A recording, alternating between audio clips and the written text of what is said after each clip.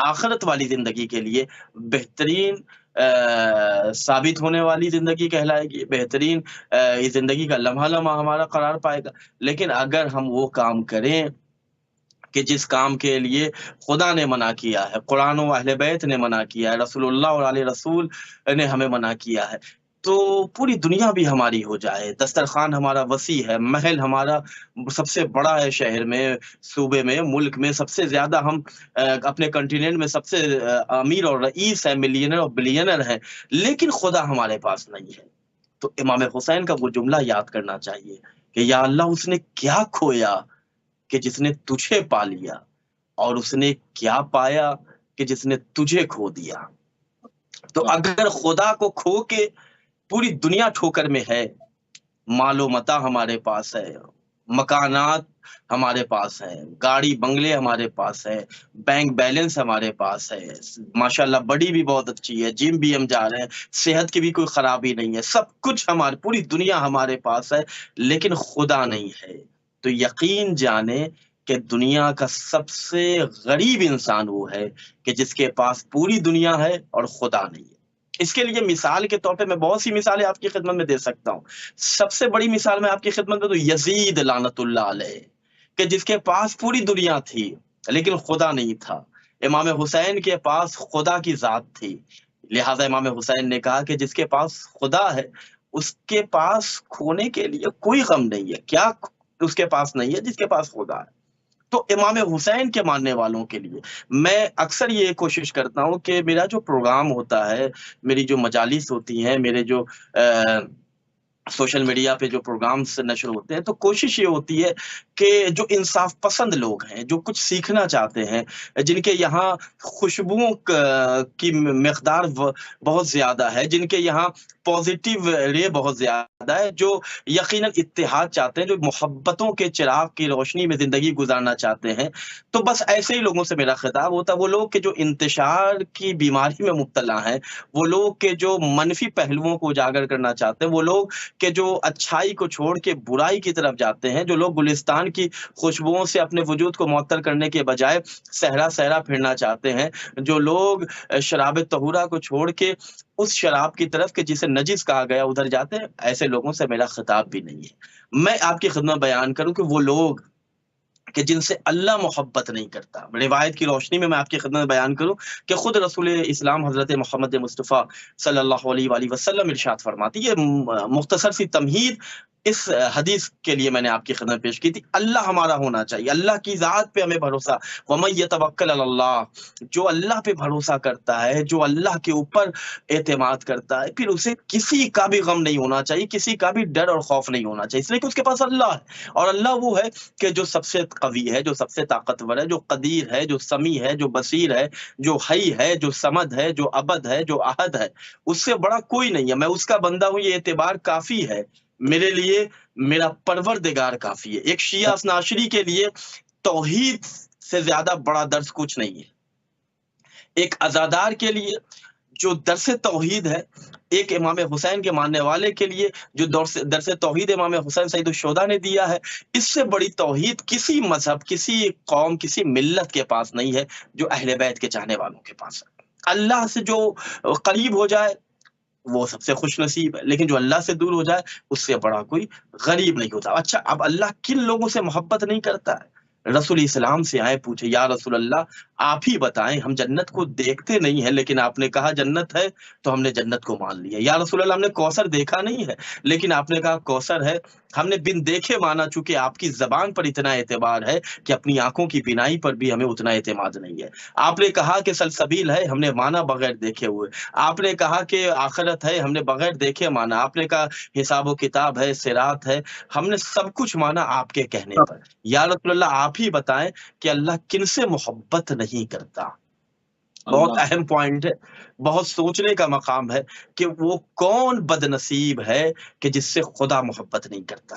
اس سے بڑا بد نصیب کوئی نہیں ہوگا، اس لیے کہ رسول اللہ نے نشاندہی کرائی ہے کہ یہ طبقہ وہ ہے، یہ گروہ وہ ہے، یہ وہ شخص ہے کہ جس سے اللہ محبت نہیں کرتا۔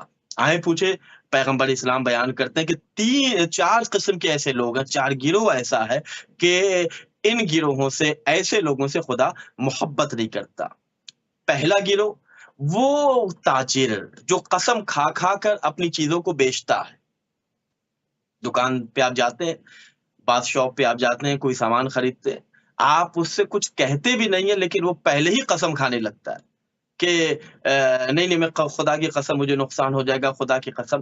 تو ایسا شخص وہ ہے کہ جس سے اللہ محبت نہیں کرتا، کہ جو قسم کھا کر اپنی چیزوں کو بیچتا ہے. اپنی زبان کو اتنا ویلیویبل بنا لو کہ تمہاری زبان کی لوگ قسمیں کھانے لگے. کیا کہنے کہ اس کی زبان، کیا کہنے اس کی سچائی، کیا کہنے اس کی بات، کیا کہنے وہ تو جو بولتا ہے وہ صحیح بولتا ہے. تو وہ شخص کے جو قسم کھا کر کسی چیز کو بیچتا ہے، ایسے شخص کو رسول اسلام نے کہا کہ خدا پسند نہیں کرتا. میں آپ کی خدمت بیان کروں کہ خود اصول کافی میں شیخ کلینی علیہ الرحمہ نے ایک حدیث ارشاد کی ہے، ایک حدیث سے روایت کی ہے خود امام جعفر صادق علیہ الصلوۃ والسلام سے، کہ امام جعفر صادق علیہ الصلوۃ والسلام بیان کر جو لوگ جھوٹی قسمیں کھاتے ہیں ان کی کیا مذمت اسلام میں ہوئی ہے. اہل بیت علیہ السلام نے کیا ان لوگوں کی مذمت کی ہے. امام جعفر صادق علیہ الصلوۃ والسلام ارشاد فرماتے ہیں کہ جھوٹی قسم سے بچو کیونکہ یہ برکت کو ختم کر دیتی ہے. وہ لوگ کہ جو بہت زیادہ قسمیں کھاتے ہیں، آج سے اپنے کو متوجہ کر لیں کہ اگر ان کے گھر کی برکت جا رہی ہے اور وہ شکایت کر رہے ہیں کہ ہمارے گھر سے برکت ٹوٹ گئی ہے، تو ایسا تو نہیں ہے کہ وہ بہت زیادہ قسمیں کھاتے ہیں، جھوٹی قسمیں کھا رہے ہیں. تو جھوٹی قسم سے امام صادق علیہ السلام بیان کرتے ہیں جھوٹی قسم کھانے سے بچو، اس لیے کہ اس سے برکت ختم ہو جاتی ہے. یہ جھوٹی قسم انسان کی زندگی کو خراب کر دیتی ہے اور انسان کو بے وقت بنا دیتی ہے، یعنی اس کی کوئی حیثیت نہیں ہوتی، اس کا کوئی معاشرے میں انسان احترام نہیں کرتا، یعنی وہ ان ویلیویبل ہو جاتا ہے، یعنی اس کی کوئی حیثیت، کوئی استطاعت، لوگ اسے پھر قدر کی نگاہ سے دیکھتے ہی نہیں. تو ایک وہ شخص ہے کہ جو جھوٹی قسمیں کھا کر اپنی چیزوں کو بیچتا ہے. تو ایسا شخص وہ ہے کہ جس سے خدا پسند نہیں کرتا، جس سے خدا محبت نہیں کرتا. دوسرا وہ شخص ہے کہ جس سے خدا محبت نہیں کرتا، وہ مغرور فقیر ہے. یعنی ایک تو فقیر ہے اور اس کے بعد مغرور ہے. رسول اسلام نے کہا کہ تمہیں ضرورت بھی ہے، کوئی اگر دے رہا ہے اس کے بعد تم ایٹھے ہوئے ہو. تو ایسا فقیر کہ جو مغرور ہے، جو اپنے اکڑ میں رہتا ہے، تو ایسے شخص سے خدا محبت نہیں کرتا. اس لیے کہ بھیا تم تو خود ابھی احتیاج رکھتے ہو، تمہیں خود ضرورت ہے، اس کے بعد تم اکڑ کس چیز کی دکھا رہے ہو؟ کیا اپنی فقیری کی بادشاہت پہ غرور ہے؟ تو ایک وہ فقیری ہوتی ہے کہ جسے اسلام نے محبوب جانا ہے، یعنی خوددار ہے انسان، یعنی خود ہاتھ نہیں پھیلا رہا ہے کہیں، اللہ پہ بھروسہ کر رہا، محنت کر رہا. لیکن ایک وہ ہے کہ جو دستے سوال بلند کرتا ہے، سب کے سامنے اپنی غیرت کو بیچ دیتا ہے، اس کے بعد اکڑ کے رہتا ہے، متکبر انداز میں زندگی گزارتا ہے. تو ایسا شخص وہ ہے کہ جسے خدا پسند نہیں کرتا. تیسرا شخص وہ ہے کہ جسے خدا پسند نہیں کرتا، جس سے خدا محبت نہیں کرتا، جسے خدا عزیز نہیں رکھتا، وہ بوڑھا زانی ہے. وہ بوڑھا انسان کہ جو زنا کرتا ہے، وہ ضعیف العمر کبیر السن انسان کہ جو زنا کرتا ہے، ایسے شخص سے خدا دشمنی رکھتا ہے اور ایسے شخص کو خدا پسند نہیں کرتا.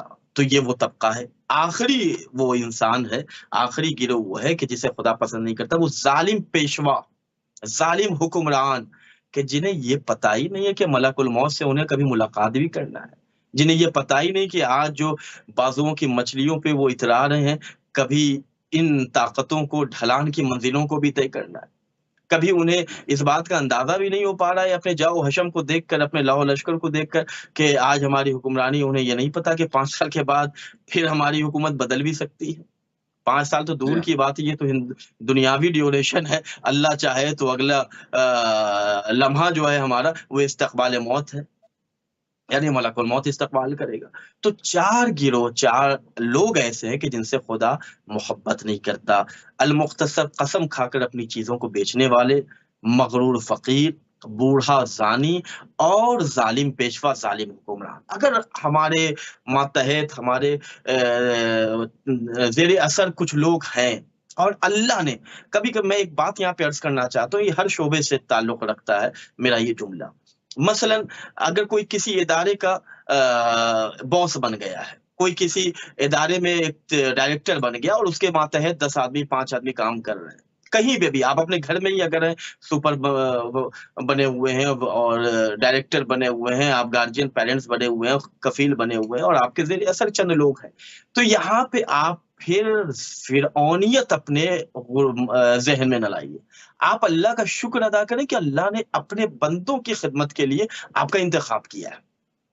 خاص طور سے میں عرض کرنا چاہتا ہوں کہ آج جو ہمارے دینی مراکز ہیں، جو آج ہمارے دینی ادارے ہیں، جو مذہب تشیع کی خدمت انجام دے رہے ہیں، اگر کوئی اس ادارے میں، کوئی اس سینٹر میں اگر کسی ایسے چیئر پہ بیٹھ گیا ہے کہ جس کے ماتحت 20-25 لوگ ہیں، وہ پورا ادارہ اس کے ماتحت ہے، تو پھر اس کی ذمہ داری بڑھ جاتی ہے. وہ پھر لمحہ لمحہ قدم بہت ہی سوچ سمجھ کر اٹھائے کہ خدا نخواستہ کہیں یہ فرعون کے راستے پہ تو ہم نہیں چل رہے. اللہ کا شکر ادا کرے اور اللہ سے توفیق مانگے کہ یا اللہ اگر تو نے مجھے یہ ذمہ داری دی ہے تو اس ذمہ داری کو بحسن خوبی انجام دینے کی صلاحیت بھی عطا کر. نہ یہ کہ فرعون بن کر ہم اپنے اس منصب، اپنے اس عہدے کا بیجا استعمال کرتے ہوئے اپنی دنیا کو بنانے کے لیے اپنی آخرت کو برباد کر لیں. خود امیر المومنین حضرت علی بن ابی طالب علیہ السلام ارشاد فرماتے ہیں کہ جو شخص اپنی دنیا کو سنوارنے کے لیے اپنی آخرت کو برباد کر دیتا ہے، نہ اسے دنیا ملتی ہے نہ اسے آخرت نصیب ہوتی ہے. لہٰذا اگر کسی سینٹر میں، کسی دینی ادارے میں اگر کسی منصب پر ہم فائز ہیں، کسی عہدے پر فائز ہیں، تو اللہ کا شکر ادا کریں اور اللہ سے توفیق مانگیں. اگر ہم یہ محسوس کرتے ہیں کہ ہم اس عہدے سے انصاف کر لے جائیں گے، اس عہدے سے اگر ہم عدالت برت لیں گے تو ہم اس عہدے کو قبول کر. لیکن اگر ہمیں معلوم ہے کہ ہم اس سے انصاف نہیں کر پائیں گے، اس عہدے کو ہم صحیح انداز میں نبھا نہیں پائیں گے، تو پھر ہم ایکسکیوز کر لیں، معذرت کر لیں کہ بھائی ہم خدمت کر سکتے ہیں لیکن اس عہدے کو قبول نہیں کر سکتے، چونکہ ہم چند دنوں کی دنیا کے لیے دائمی اور ہمیشہ کی آخرت کو برباد نہیں کرنا چاہتے. خدا ہم سب کو توفیق دے کہ ہم امام زمان علیہ السلام کی غیبت میں امام کی تعلیمات کے مطابق زندگی گزار سکیں. سبحان اللہ، سبحان اللہ. اچھا، کچھ ایسے افراد بھی ہیں جن کا حدیث میں ذکر ہوا، کلام پاک میں بھی ادھر اشارہ کیا گیا کہ معذرت کے ساتھ کہ خدا ان کی طرف نگاہ تک نہیں کرتا، نہ کہ نظر رحمت، وہ دیکھتا ہی نہیں ہے ان کی طرف. تم کو جیسے کہتے ہیں نا کسی کو خاطر میں ہی نہ لانا، یہ کون سا گروہ ہے؟ اس پہ بھی روشنی ڈالنا ہے. دیکھیے، اس طرح کے لوگ جو واقعی ان چیزوں کی طرف متوجہ رہتے ہیں کہ خداوند کریم سے ہمیں توفیق مانگنی چاہیے اور ہر لمحہ اپنی زندگی کو ایک ایگزامینیشن ہال کی زندگی کو ہمیں تصور اور سمجھنا چاہیے کہ ہم ایک امتحان گاہ میں بیٹھے ہوئے ہیں، ایک مقتل میں بیٹھے ہوئے ہیں، پتہ نہیں ہم شہادت کی منزل کی طرف جاتے ہیں یا ہلاکت کی طرف جاتے ہیں. یقین جانیں خدا کی محبت اگر دل میں ہے، خدا والوں کی محبت دل میں ہے، تو ہم کہیں بھی مریں گے ہمیں شہادت نصیب ہوگی. لیکن اگر ہم خدا کے دشمنوں سے ہاتھ ملا رہے ہیں، خدا کے دشمنوں کی محبت دل میں ڈال رہے ہیں، جن سے خدا نفرت کرتا ہے انہیں ہم اپنے دل میں بٹھا رہے ہیں، جن سے خدا نفرت کرتا ہے ان سے محبت کر رہے ہیں، تو پھر ہم کہیں بھی رہیں، مسجد میں، مکے میں، مدینہ میں، کہیں بھی ہم چلے جائیں، پھر ہماری ہلاکت 100% شیور کانفیڈینس وتھ لاک ہے. اس میں کوئی شک و شبہ کی گنجائش نہیں ہے. لہٰذا کوشش کریں کہ ہم اپنی زندگی کو محبت خدا کے ساتھ گزاریں، ہم اپنی زندگی کو ولایت خدا کے سائے میں گزاریں، خدا کی نگاہ کے سامنے ہم اپنی زندگی کو گزاریں. یہی زندگی ہماری کامیاب زندگی. اب میں آپ کی خدمت بیان کروں، رسول اسلام حضرت محمد مصطفیٰ صلی اللہ علیہ وآلہ وسلم ہی کی یہ حدیث ہے کہ پیغمبر اکرم صلی اللہ علیہ وآلہ وسلم ارشاد فرماتے ہیں کہ 3 قسم کے لوگ ایسے ہیں کہ جن سے نہ خدا کلام کرتا ہے، نہ جن سے خدا کبھی بھی نگاہ رحم کی طرف، یعنی اللہ کبھی نہ ان سے گفتگو کرتا ہے، خدا کبھی انہیں گفتگو کے لائق نہیں سمجھتا، نہ خدا کبھی ان کی طرف نگاہ کرم کرتا ہے، نہ نگاہ رحم کرتا ہے. کبھی اللہ انہیں نہ دیکھنے کے قابل سمجھتا ہے، نہ اللہ انہیں، یا اردو کے عام فہم زبان میں کہ اللہ انہیں منہ بھی لگانا پسند نہیں کرتا. یعنی یہ کتنے بد نصیب لوگ ہیں کہ جنہیں خدا منہ بھی لگانا پسند نہیں کرتا، جنہیں خدا گفتگو کے لائق نہیں سمجھتا، جنہیں خدا دیکھنا بھی پسند نہیں کرتا. وہ کون لوگ ہیں؟ پیغمبر اکرم سے پوچھتے ہیں کہ یا رسول اللہ آپ ہی بتائیں کہ وہ کون لوگ ہیں کہ جنہیں اللہ پسند نہیں کرتا. حدیث پیغمبر کی ہے، پیغمبر اکرم بیان کرتے ہیں کہ وہ 3 طرح کے لوگ ہیں کہ جن سے خدا کبھی گفتگو کرنا بھی پسند نہیں کرتا اور خدا کبھی ان کی طرف دیکھنا بھی پسند نہیں کرتا. پہلا شخص وہ ہے، پہلا گروہ وہ ہے کہ جو متکبر عابد ہے، یعنی وہ لوگ کہ جو عبادت کر کے متکبر ہو جاتے ہیں. مجھ سے بڑا عابد کون ہے، مجھ عابد سے بڑا کون ہے، عبادت گزار پرہیزگار کون ہے، کون مجھ سے بڑا سجدہ گزار کون ہے، مجھ سے بڑا اللہ کرنے والا کون ہے۔ تو یہ وہ گروہ ہے کہ جس کے اوپر خداوند کریم کبھی بھی نگاہ رحم نہیں کرتا، خدا کبھی بھی ایسے لوگوں کی طرف دیکھتا نہیں ہے، ایسے لوگوں سے کلام، یعنی عبادت اگر ہم کر رہے ہیں تو عبادت کا مطلب یہ ہے کہ ہمارے اندر تواضع آنی چاہیے، عبادت کا مطلب یہ ہے ہمارے اندر انکساری آنی چاہیے۔ میں اپنی ذات میں تنہا بھی بے شمار بھی ہوں، ابو تراب کا خادم ہوں، خاکسار بھی ہوں۔ تو اگر ہم واقعی ابو تراب کے خادم ہیں تو خاکساری ہمارے اندر آنی چاہیے۔ پیغمبر اکرم نے کیا بیان کیا؟ متکبر عابد وہ ہے کہ جسے خدا کبھی پسند نہیں کرتا۔ یہ بے وقوف سمجھ رہا ہے کہ میں سب سے بڑا اللہ والا ہو گیا، میں خدا سے بہت قریب ہو گیا، اور اللہ کبھی ایسے شخص کی طرف دیکھتا بھی نہیں، اور ایسے شخص سے خدا کبھی گفتگو بھی نہیں کرتا۔ تو ہمیں کوشش یہ کرنی چاہیے کہ ہم اپنے آپ کو اس کبر سے، یعنی اس متکبر کا جو ایک انسان کے اندر بخار آ جاتا ہے، اس بخار سے اپنے آپ کو بچائیں، عبادت کریں، سجدے میں جائیں، اللہ کی طرف ہم اپنے آپ کو متوجہ کریں، اللہ سے دعا مانگیں کہ یا اللہ ہمارے لیے تیری ہی طرف سے جو توفیق ملتی ہے وہ عبادت میں ہم گزار دیتے ہیں۔ یہ ہمارا اللہ اپنا کوئی رول نہیں، اپنا کوئی کردار نہیں کہ ہم تیری عبادت کر لے جا رہے ہیں، میرے اللہ یہ تیری دی ہوئی توفیق ہے کہ ہم سجدہ کر رہے ہیں۔ چوتھے امام حضرت امام زین العابدین علیہ السلام صحیفہ سجادیہ میں کیا خوبصورت دعا ہمارے سامنے بیان کر رہے ہیں۔ کیا حمد ہو اس اللہ کی کہ جو ایسا اول ہے کہ جس کے پہلے کوئی اول نہ تھا، جو ایسا آخر ہے کہ جس کے بعد کوئی کوئی آخر آخر نہ، نہیں۔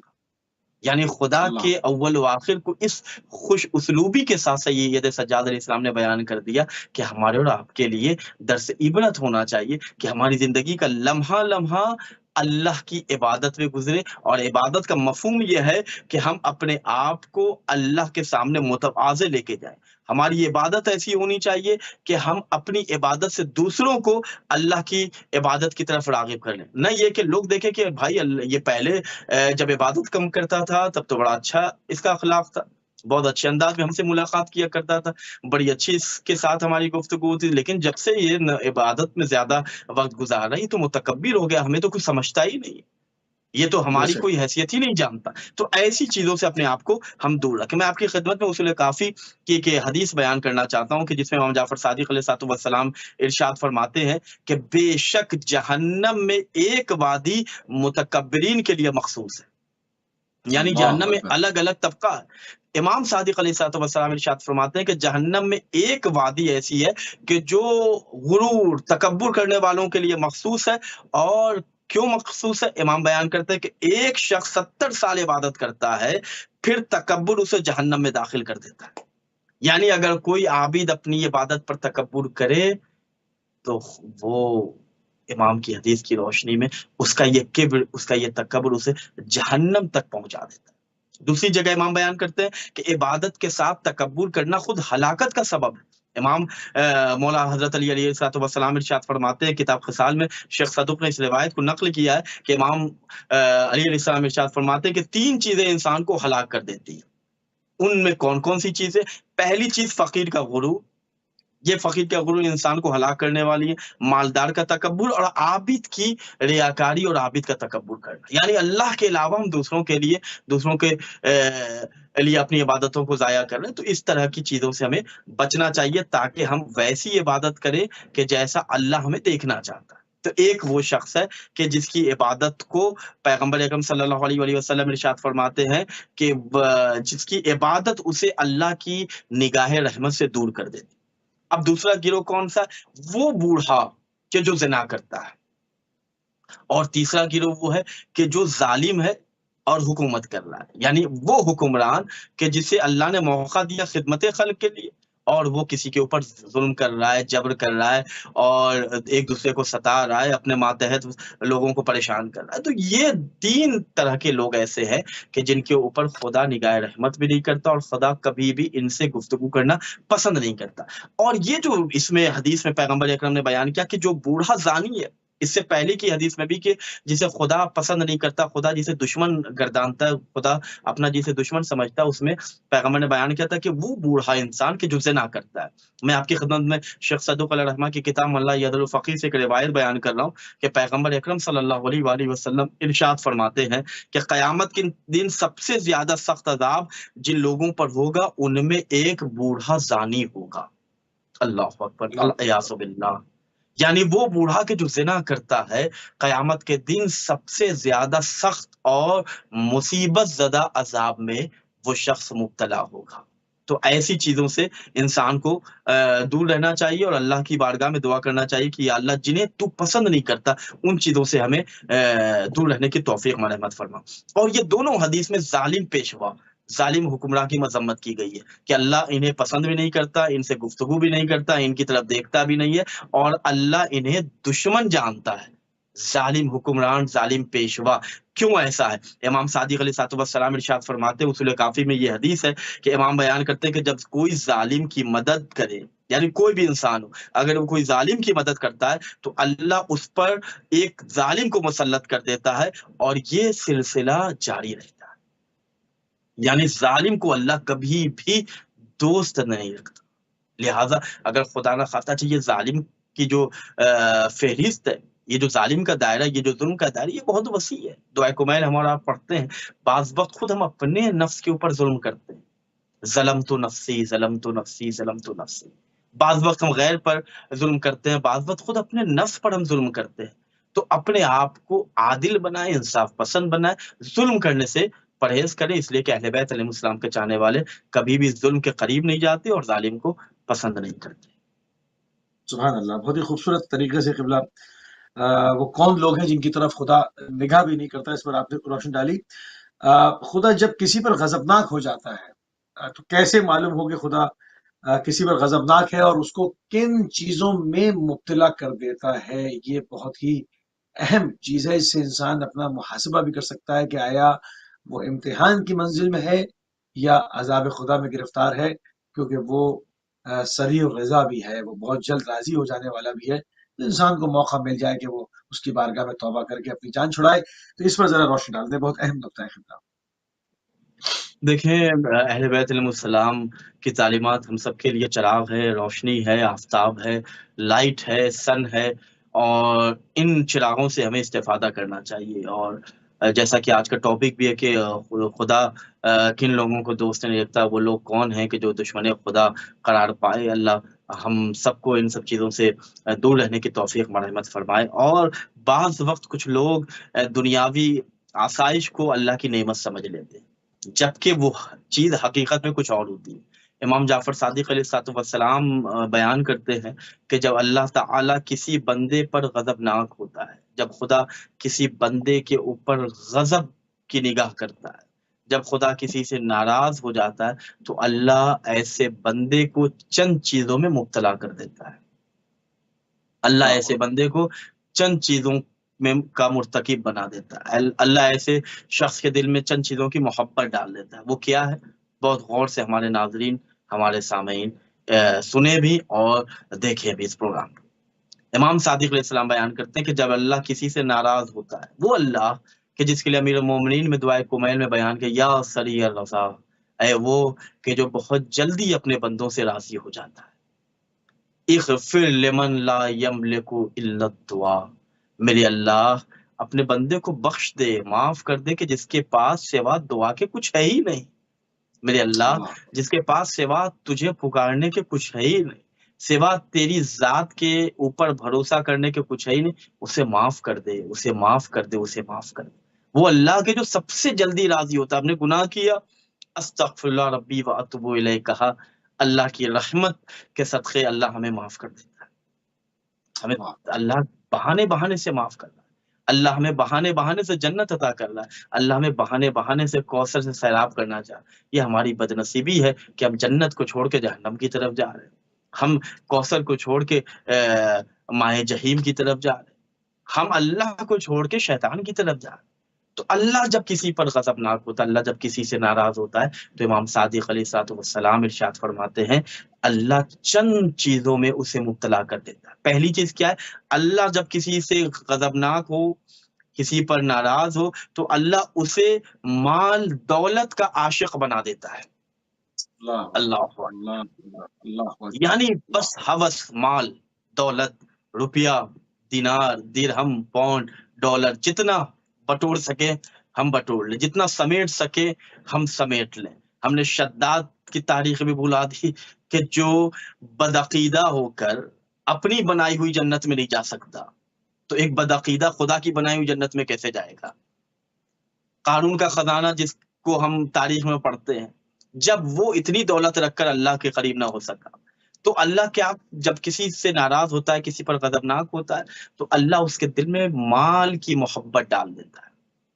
میں اکثر کہا کرتا ہوں کہ دنیا حاصل کرنے کے لیے اللہ نے منع نہیں کیا، اصول دنیا کے لیے یہ نہیں کہا ہے کہ آپ فقیر بن کے ایک طرف کونے میں پھٹے پرانے لباس میں، نہیں، آپ اللہ کی نعمتوں کا بھرپور استعمال کیجیے، آپ اللہ کی نعمتوں کو بھرپور یوز کیجیے، آپ اللہ کی نعمتوں کا اظہار بھی کیجیے، بتائیے دنیا کو، بتائیے کفار و مشرکین کو کہ ہم اللہ والے ہیں، ہم اللہ کی عبادت کرتے ہیں، ہم علی والے ہیں، ہم محمد والے محمد علیہ السلام کے ماننے والے ہیں۔ اللہ کے نام پر آپ دنیا کو خرچ کر کے بتائیے، اللہ کے نام پر آپ بے گھروں کو گھر عطا کر کے دکھائیے کہ جس کے دل میں اللہ کی محبت ہوتی ہے، وہ جو لوگ اللہ سے محبت کرتے ہیں ان کے لیے بھی وہ اپنے دل کے دروازے کو کھول کے رکھتے ہیں۔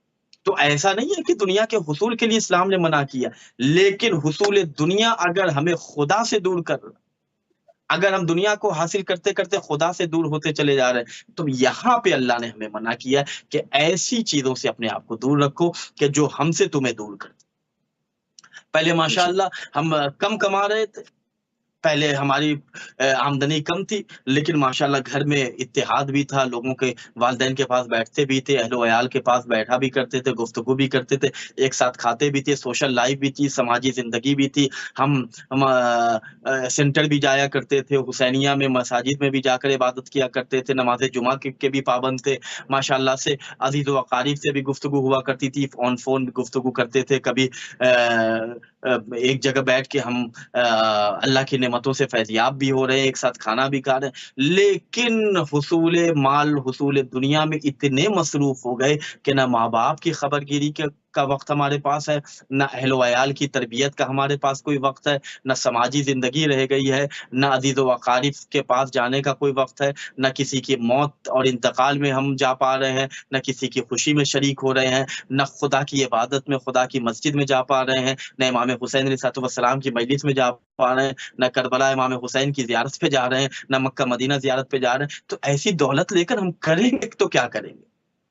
ایسی دولت سے اللہ نے منع کیا، ایسی دنیا کے حاصل کرنے سے اللہ نے منع کیا کہ جو اللہ سے ہمیں دور کر دے، جو سید الشہداء سے ہمیں دور کر دے، جو امام علی علیہ الصلوۃ والسلام کی محبت سے ہمیں دور کر دے، جو ماں باپ کی خدمت سے ہمیں دور کر دے، جو ماں کے ساتھ بیٹھنے سے ہمیں دور کر دے، جو باپ کی دعا لینے سے ہمیں دور کر دے، جو اپنی اولاد کی تربیت کرنے سے ہمیں دور کر دے، ایسی دولت کے حاصل کرنے سے اسلام نے ہمیں منع کیا۔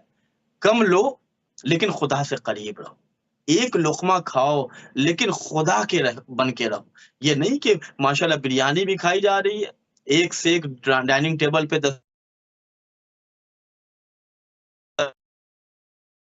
بہترین کھانے کی چیزیں رکھے ہوئے، یہ بھی کھا رہے ہیں، وہ بھی کھا رہے ہیں، لیکن یہی پتہ نہیں ہے کہ حلال کا کھا رہے ہیں کہ حرام کا کھا رہے ہیں۔ تو اللہ نے ایسی غذا سے منع کیا، ایک لقمہ کھائے لیکن اللہ کو یاد کرے، حلال کا۔ تو ایسی دولت سے کہ جو اللہ سے دور کر دے، محمد اور آل محمد سے دور کر دے، ایسی دولت سے اللہ نے منع کیا۔ لہذا امام صادق علیہ السلام بیان کرتے ہیں کہ جو چیز اللہ کو غضبناک کرتی ہے ان میں ایک یہ ہے کہ جب اللہ تم پر غضبناک ہوتا ہے تو تمہارے دل میں مال کی محبت ڈال دیتا ہے۔ اب تم دن رات اسی فکر میں رہتے ہو کہ اس کو ہم فلاں شیئر بازار میں لگائیں گے تو یہ اتنے سے اتنے ہو جائے گا، یہ اتنا سے اتنا ہو جائے گا، اسی میں ہماری زندگی گزر جاتی ہے۔ اور پھر وہ سب سے کلوز فرینڈ، فاسٹ فرینڈ، جو سب سے بیسٹ فرینڈ حضرت ملک الموت ہے، وہ تو وقت مقررہ پہ آتے ہیں، اللہ نے جو انہیں وقت دیا ہے۔ ہم یہ اور بات ہے کہ مسجد میں ہم پروگرام شروع ہوگا، ہم آدھے گھنٹے بعد جائیں گے، مجلس کا وقت فلاں ہے، ہم 10 منٹ بعد جائیں گے، لیکن ملک الموت کو جو اللہ نے وقت دیا ہے وہ نہ 1 منٹ پہلے نہ 1 منٹ بعد، سیم ٹائم جو اللہ نے دے رکھا ہے وہی وقت ہے، وہ آتے ہیں اور ساتھ ہمیں لے جاتے ہیں۔ لہذا زندگی گزارنا ہے تو اس انداز میں زندگی گزارے کہ زندگی رمضان کی طرح گزرے، موت عید کی طرح ہمیں ملے۔ تو اللہ ہمیں ایسی چیزوں سے دور رہنے کی توفیق عطا فرمائے۔ تو اللہ غضبناک ہوگا تو پہلا کام کیا ہے؟ اللہ کس چیز میں مبتلا کرتا ہے؟ دل میں محبت ڈال دیتا ہے، دولت کی، مال کی محبت ڈال دیتا ہے، دنیا کی محبت ڈال دیتا ہے۔ اس کے بعد امام صادق علیہ السلام بیان کرتے ہیں کہ جب اللہ کسی پر غضبناک ہوتا ہے تو اس کی امیدوں کا دامن وسیع کر دیتا ہے، یعنی اس کی امیدیں بڑھا دیتا ہے۔ اتنی امید وہ باندھ لیتا ہے کہ یہ بھی میرے ساتھ ہو جائے، یہ بھی ہو جائے، یہ بھی ہو جائے۔ آج مثلا ہم 1 BHK فلیٹ میں رہ رہے ہیں، کل میرے پاس 2 BHK آ گیا، اب 3 BHK آ گیا، اب بنگلہ آ گیا، اب فلیٹ سے ہم بنگلے میں آ گئے، اب بنگلے سے ویلا میں آ گئے، ویلا سے اب ہمیں ایک شہر چاہیے، ایک شہر میں ایک اپارٹمنٹ پورا چاہیے، ایک اپارٹمنٹ کے علاوہ اب کئی اپارٹمنٹ، یعنی امیدیں بڑھنے لگتی ہیں۔ یہ کیا ہے؟ اللہ غضبناک تو نہیں ہو رہا ہے؟ ہم اپنا جائزہ لیں۔ خود ہر انسان اپنے نفس کو پہچانتا ہے، ہم اپنے آپ کو جانتے ہیں کہ ہم کیا کر رہے ہیں۔ ہمیں معلوم ہے کہ ہم خدا والا کام کر رہے ہیں یا شیطان والا کام کر رہے ہیں۔ اگر ہم خدا والا کام کریں اس کے بعد ساری چیزیں ہمیں ہیں تو ہم شکر کا سجدہ ادا کریں، سبحان ربی الاعلی و بحمدہ، میرے اللہ تیرا شکریہ کہ تو نے حلال ذرائع سے ان چیزوں کو ہمیں عطا کیا ہے، ہم تیری نافرمانی کر کے ان چیزوں کو حاصل نہیں کر رہے۔ لیکن خدا نہ خواستہ ہم اپنے نفس کو جانتے ہیں، ہمیں پتا ہے کہ ہم کہاں سے مال حاصل کر رہے ہیں۔ ہم 1 BHK کی کمائی ہے، لیکن ہم دوسرے ذرائع سے، ہم حرام کی کمائی سے ہم ایک محل خرید رہے ہیں، ہم ایک اپارٹمنٹ بنا رہے ہیں۔ تو پھر اس کا مطلب یہ کہ خدا ہم پر غضبناک ہے کہ ہم نے امیدوں کو وسیع کر لیا ہے، امید ہماری بڑھ گئی ہے۔ آج یہ، کل وہ، پرسوں یہ، اس طریقے سے ہم اپنی امیدوں کے بازار میں کہیں کھو تو نہیں گئے کہ اصل جہاں ہمیں رہنا تھا وہاں سے ہم بھٹک گئے۔ پھر امام صادق علیہ السلام بیان کرتے ہیں کہ جس پر اللہ غضبناک ہوتا ہے اس پر دنیا داری طاری کر دیتا ہے، یعنی فقط دنیا داری۔ اب ہر وہ کام وہ کرتا ہے کہ جسے دنیا والے پسند کرتے ہیں۔ اب اللہ پسند کرے نہ کرے، خدا کی خوشنودی کا کوئی خیال نہیں ہے، دنیا والے کیا کہیں گے۔ ہوتا ہے اکثر بھائی، ہم کیسے، میں یہ پروگرام میں میں بریانی میں بانٹتا تھا، میں فلاں ڈش بانٹتا تھا، میں اگر اسے کم کر دوں گا تو محلے والے کیا کہیں، میں اگر مجلس کے تبرک میں یہ چیز نہیں، یہ اگر نہیں کروں گا تو محلے والے کیا کہیں۔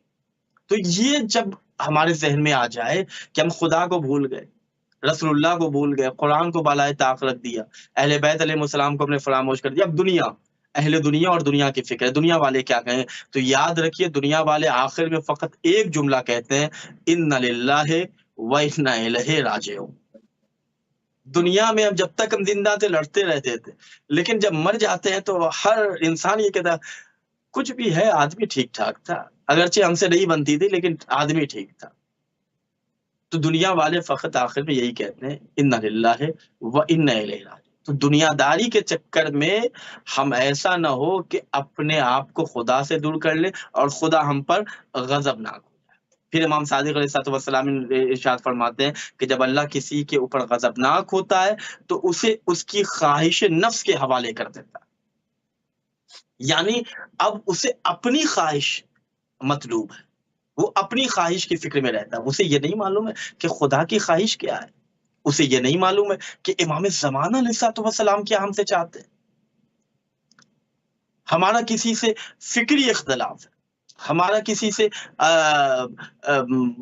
یعنی خود ذاتی اعتبار سے ہم اسے پسند نہیں کرتے، لیکن اسلامی اعتبار سے وہ بڑا اچھا، محمد علیہ السلام کی تعلیمات کے مطابق بڑا اچھا مومن ہے، بھولا بھالا انسان ہے، لیکن ہمارا دل اس سے نہیں مل رہا ہے۔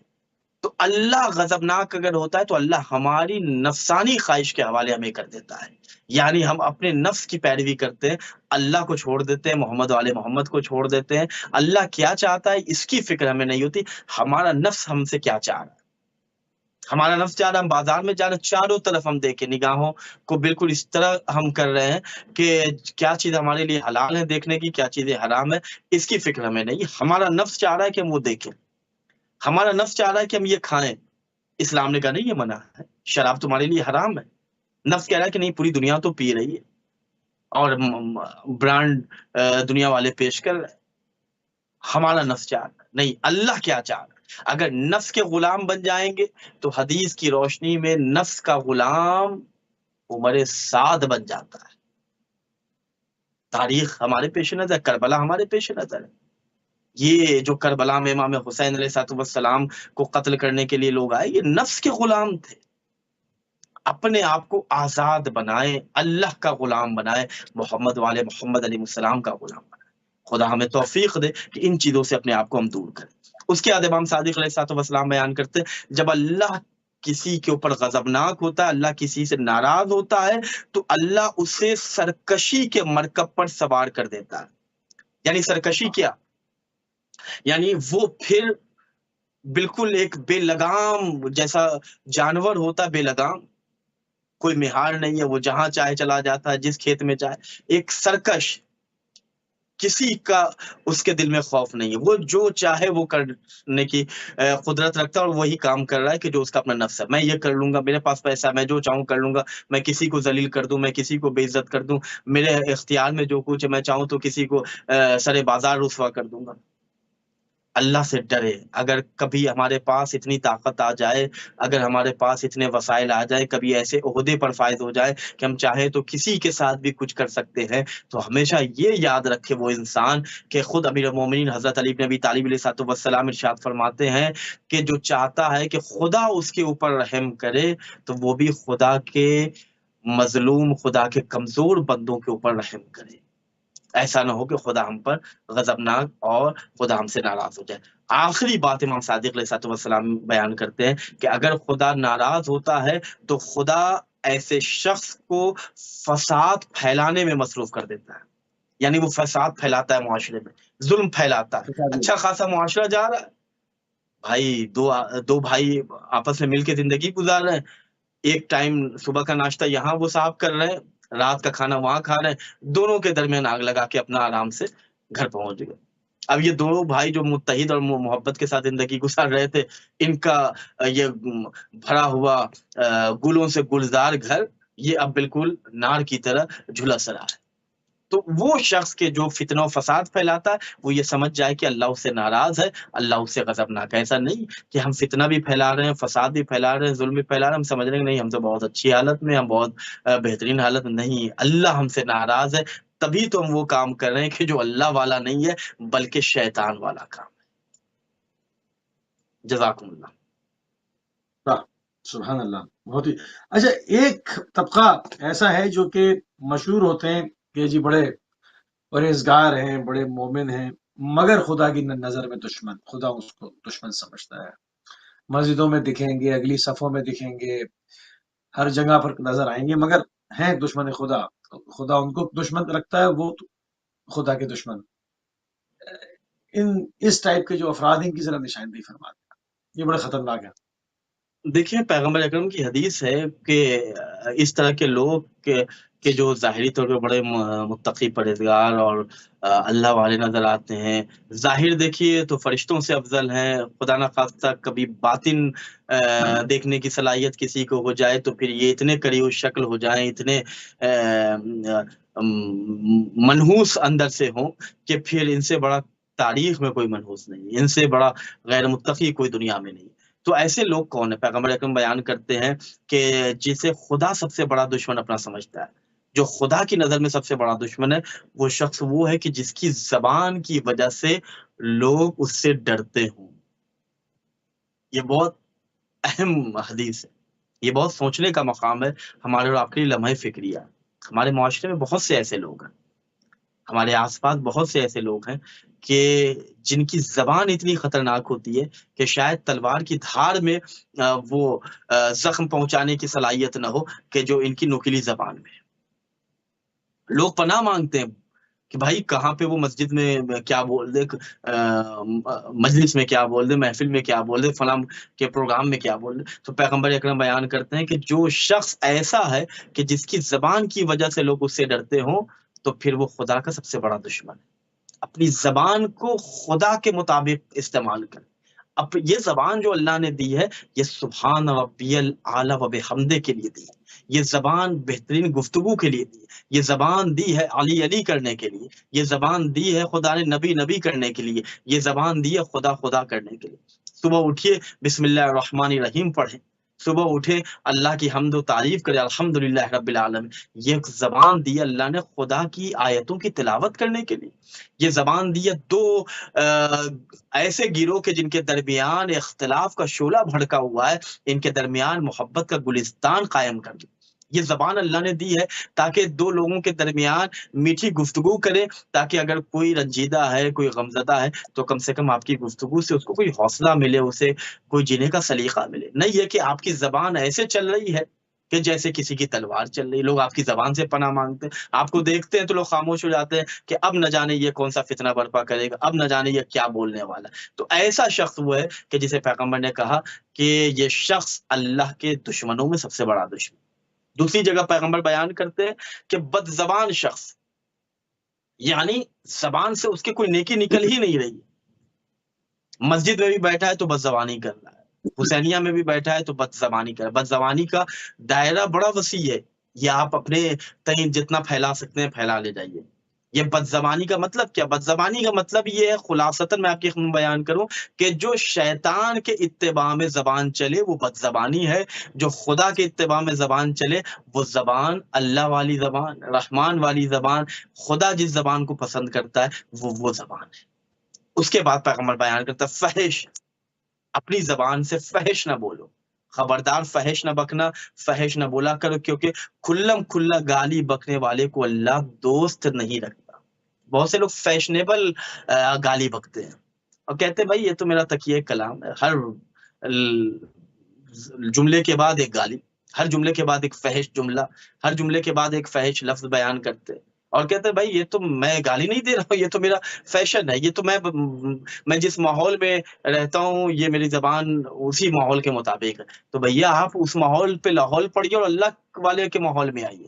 پھر آپ کیسے شیعہ ہیں، کیسے مسلمان ہیں، کیسے اسلام والے ہیں، کیسے متقی، کیسے مومن. جس زبان پہ آپ اللہ کی تعریف کر رہے ہیں، جس زبان پہ آپ اللہ کا نام لے رہے ہیں، جس زبان پہ آپ علی ولی اللہ کہہ رہے ہیں، جس زبان پہ سے آپ محمد رسول اللہ کہہ رہے ہیں، جس زبان سے آپ لبیک یا حسین کہہ رہے ہیں، جس زبان سے آپ غیبت کبریٰ میں لبیک یا صاحب الزمان آپ کہہ رہے ہیں، اس زبان سے آپ گالی بک رہے ہیں. آپ کم سے کم یہ تو سوچیں کہ زبان پہ لفظ علی آتا ہے، اس زبان پہ اس بی بی کا نام آتا ہے کہ جس کا نام لینے سے پہلے ہمیں وضو کرنا چاہیے. تو ایسے لوگ وہ ہیں کہ جن کے لیے پیغمبر اکرم نے بیان کیا کہ یہ لوگ وہ ہیں کہ جنہیں خدا پسند نہیں کرتا. اور خدا کے بڑے دشمنوں میں ایک دشمن یہ بھی ہے کہ جن کی زبان سے لوگ پناہ مانگے. خدا ہم سب کو توفیق دے کہ ہم لوگ اپنی زبان کو صحت کے ساتھ، وہ صحت کہ جو شریعت کے مطابق ہے، اس انداز میں ہم اپنی زبان کو استعمال کریں. سبحان اللہ، سبحان اللہ. اچھا، خدا کے نزدیک سب سے بڑا دشمن کون ہے؟ جی اس میں بھی روشن ڈالیے، اس کو سب سے دیکھیے دشمن رکھیں. خداوند کریم ہمیشہ اپنے بندوں کو اپنا دوست بنانا چاہتا ہے. خدا نے کبھی بھی اپنے بندوں کو اس لیے پیدا نہیں کیا کہ یہ دشمن بن جائے. یہ بدنصیبی ہے بندے کی کہ وہ اللہ کے دوست بننے کے بجائے اللہ کے دشمن بن جاتے ہیں.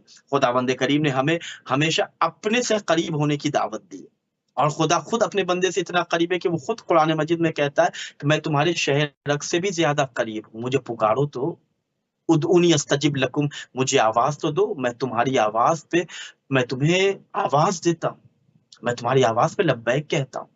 مولائے کائنات بیان کرتے ہیں کہ اگر کوئی شخص قرآن مجید کی 100 آیتوں کی تلاوت کر کے 7 مرتبہ کہتا ہے یا اللہ یا اللہ یا اللہ یا اللہ یا اللہ یا اللہ یا اللہ، تو اللہ اس کی دعا کو رد نہیں کرتا، اللہ اس کی دعا کو قبول کرتا ہے. تو اللہ اپنے بندوں کو دشمن نہیں بنانا چاہتا. یہ ہماری بد نصیبی ہے، یہ ہماری کوتاہی ہے، یہ ہماری تنگ نظری ہے کہ ہم شیطان کی پناہ میں چلے جاتے ہیں، شیطان کو اپنا دوست بنا لیتے ہیں، جس کے لیے خود اللہ نے سورہ یاسین میں بیان کیا انہ لکم عدو مبین، یہ تمہارا کھلا ہوا دشمن ہے، یہ تمہارا واضح دشمن ہے. اس کی دشمنی سے اپنے آپ کو بچاؤ گے تو میری دوستی کے قریب آ جاؤ گے. اب اللہ نے کہا کہ وہ لوگ کہ جو میرے دشمن ہیں، جو میرے بڑے دشمن ہیں، ان میں ایک وہ ہے کہ جو جاہل ہے. پیغمبر اکرم صلی اللہ علیہ وسلم ارشاد فرماتے ہیں کہ اپنے آپ کو اللہ کی دشمنی سے بچاؤ. امام محمد باقر علیہ السلام ارشاد فرماتے ہیں کہ جو شخص بدعمل ہوتا ہے، ایک تو وہ ہے کہ جو جاہل ہے، وہ اللہ کا دشمن. امام محمد باقر علیہ السلام ارشاد فرماتے ہیں کہ جو شخص بدعمل ہوتا ہے، یعنی عمل انجام دے رہے ہیں، یہ جو بول رہے ہیں یہ بھی عمل ہے، ہم جو کھاتے ہیں یہ بھی عمل ہے، ہم جو دیکھتے ہیں یہ بھی عمل ہے، سارے اعمال ہم انجام دے رہے ہیں۔ اللہ نے کبھی بھی ہم سے عمل کا مطالبہ نہیں کیا، اللہ نے ہم سے خیر عمل کا مطالبہ کیا۔ تبھی تو سورہ ملک میں اللہ نے کیا کہا، اللہ بسم اللہ الرحمن الرحیم الذی خلق الموت والحیات لیبلوکم ایکم احسن عملا۔ اللہ نے ہم سے عمل کا مطالبہ نہیں کیا کہ میں تم سے عمل چاہ رہا ہوں، اللہ نے ہم سے احسن عمل کا مطالبہ کیا ہے۔ اللہ نے یہ نہیں کہا کہ بولو، اللہ نے کہا جب بولو تو اچھا بولو۔ اللہ نے ہم سے یہ نہیں کہا کہ کھاؤ، اللہ نے کہا کھاؤ تو حلال کھاؤ۔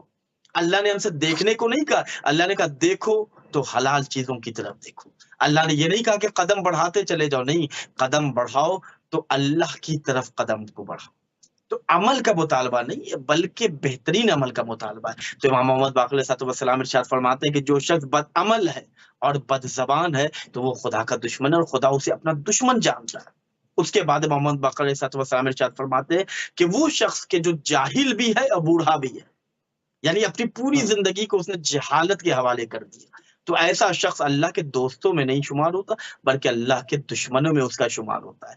ہم اور آپ اللہ سے دعا کریں کہ اللہ ہمیں توفیق دے کہ ہم اللہ کے دوستوں والا کام کریں، کہ جس سے اللہ ہمیں عزیز جانے، اللہ ہمیں اپنے سے قریب کرے، اور شیطان سے دور رہنے کے اللہ ہمیں توفیق مرحمت فرمائے۔ اللہ کی بارگاہ میں آج دعا کرتے ہیں، یا اللہ تجھے تیری رحمت کا واسطہ، یا اللہ تجھے تیری عظمت و جلالت کا واسطہ ہم سب کو اپنے سے قریب رہنے کی توفیق مرحمت فرما، ہمارے گناہوں کی مغفرت فرما، ہمارے والدین کا سایہ ہمارے سروں پہ برقرار رکھ، ہماری اولاد میں اہل بیت علیہ السلام کی ولایت کو راسخ فرما، جہاں جہاں بھی مظلوم ہیں مولا کے چاہنے والے ہیں ان کی جان مال عزت آبرو ناموس اور ایمان کی حفاظت فرما، تمام شیعوں کو تمام عزاداروں کو زندگی میں کم سے کم ایک مرتبہ نجف، کربلا، سامرہ، کاظمین، سیریا، مکہ، مدینہ، تمام اتباعت عالیہ کی زیارت نصیب فرما، دشمنان اہل بیت کو نیست و نابود فرما، جنت البقیع کی تعمیر کے اسباب مہیا فرما، ہم سب کو امام زمان علیہ السلام کی خدمت کی توفیق میں رحمت فرما، امام کے ظہور میں تعجیل فرما، امام کے اعوان و انصار میں ہمیں شمار فرما۔